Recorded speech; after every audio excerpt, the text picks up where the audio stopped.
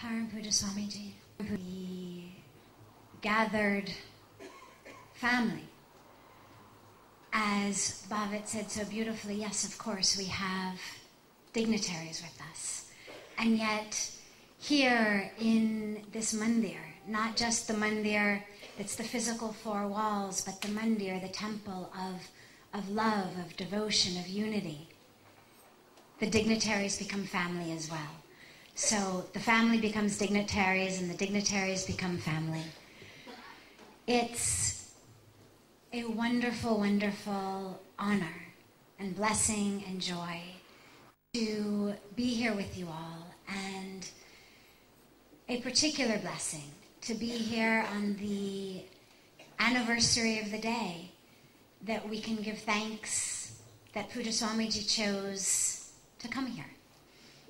The rest of us take birth because we don't really have much of a choice. And yet, for the saints, it is a choice. And it's a choice that those of us who are his disciples, his devotees, thank him for on a daily basis. And yet, on a day like today, which marks the anniversary of it, it's always a very special time for us to remember to say thank you, and for us to gather together and to say thank you together. The theme of the evening is renew and rejoice. The first question that needs to be asked is, what is it that needs to be renewed?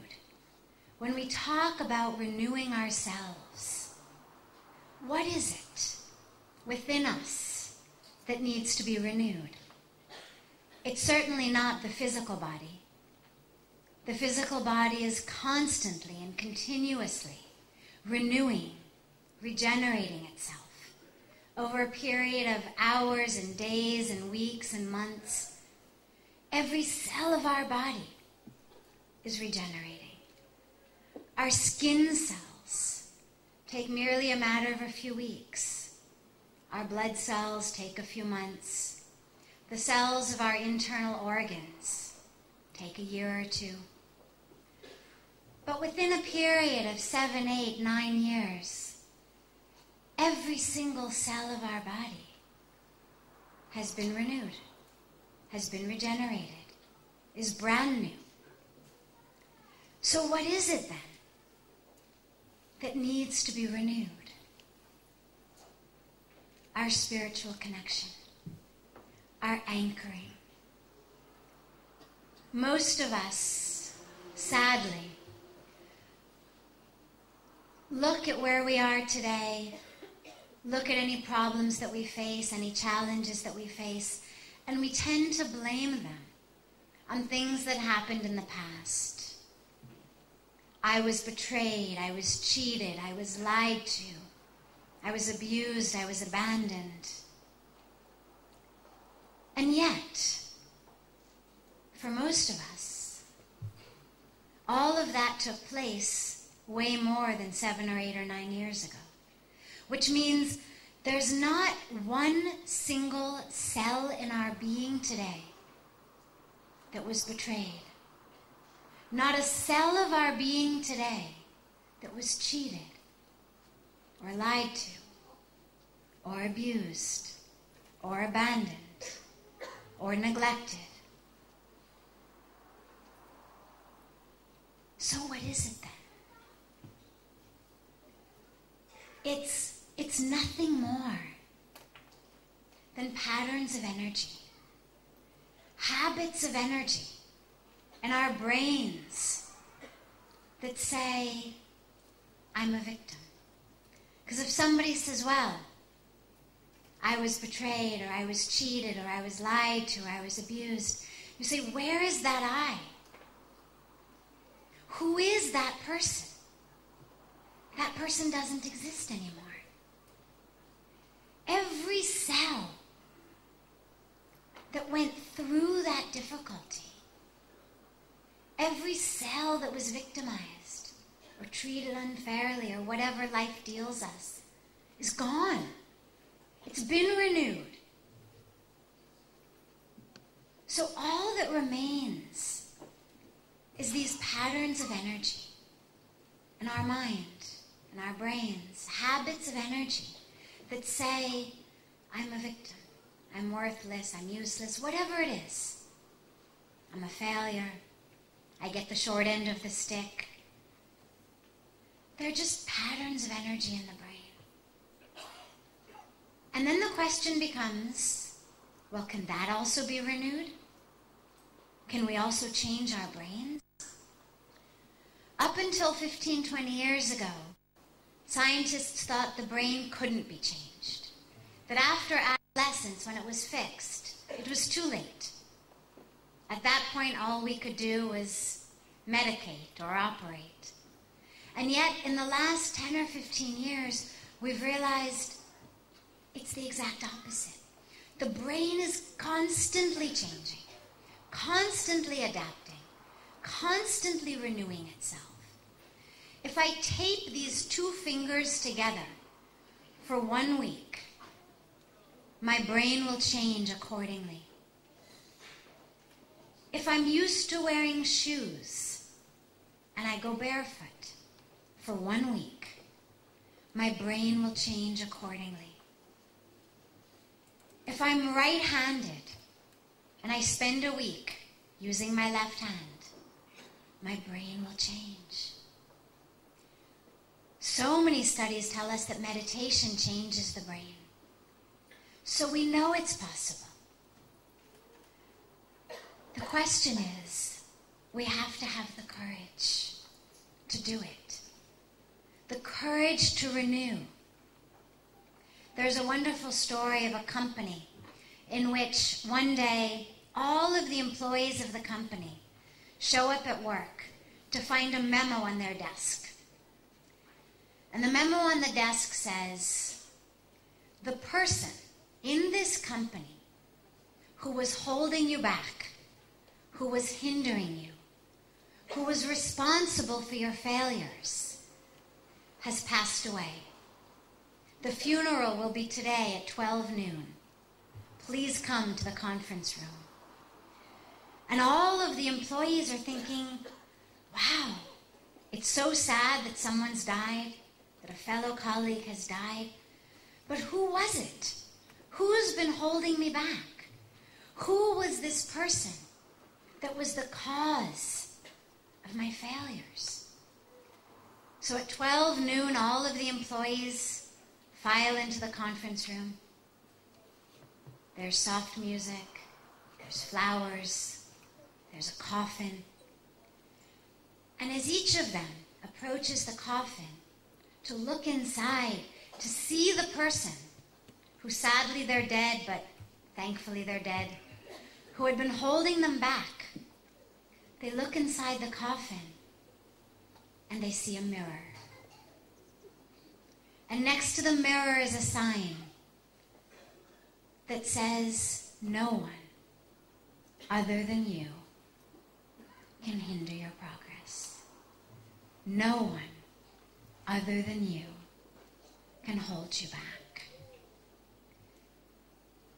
There's a type of bird called a quail, which I don't know how many there are here. In America, there's lots and lots of them.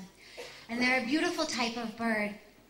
But one of the interesting things that quails do is, although they're birds and they can fly, they tend to spend most of the time waddling on the ground in packs.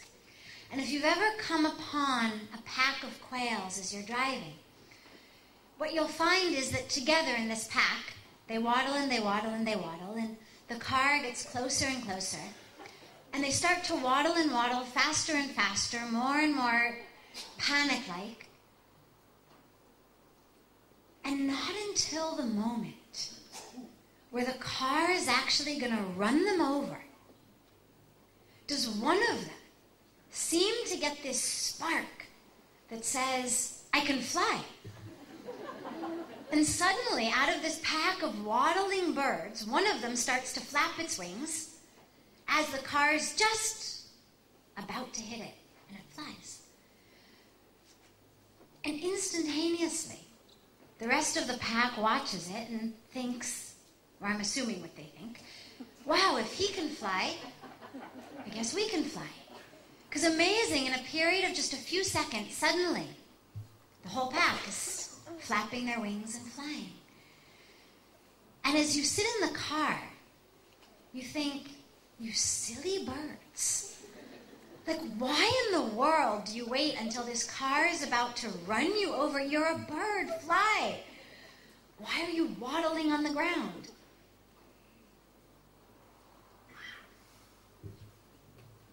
And yet, we laugh when they're waddling quails, but that's what we do. We have that spark within us. We have that ability within us to fly, to achieve, to attain, to go, to reach, to renew, all of it. And yet, tragically, we spend most of our lives waddling on the ground until we get to the point where it becomes life or death. Where our life depends upon it. And then if we're lucky, if we have the grace of a guru, then we realize we'll flap our wings and we can fly. But what we have to is for us. That which we do in his name is not for him. It's for us. He doesn't need our faith. He doesn't need our devotion. We need it.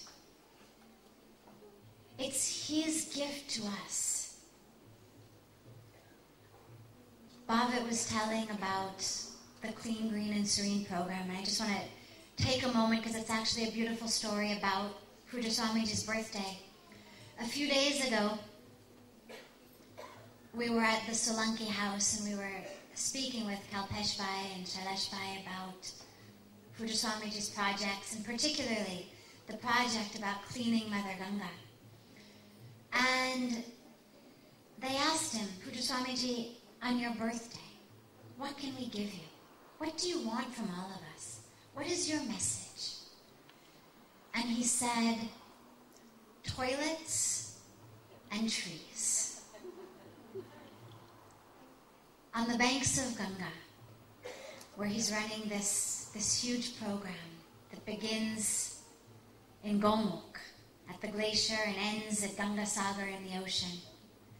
The program is multifaceted. You have the details on your chair, but what he's focused on now is what he calls the T3 program. Toilets, trees, and taps. If you talk about removing the pollution, you have to give people somewhere to go. We need the trees to replenish the soil, to prevent erosion, to replenish the flora and the fauna. And of course the taps, to bring the gift of water to people living on her banks and yet who don't have water. This is what his life truly stands for. So as we're here, as we offer our love, our devotion, our pranams at his holy feet, let us remember that the gift is really for us. He just sits here and allows us to believe that we're doing it for him. But that's also his grace.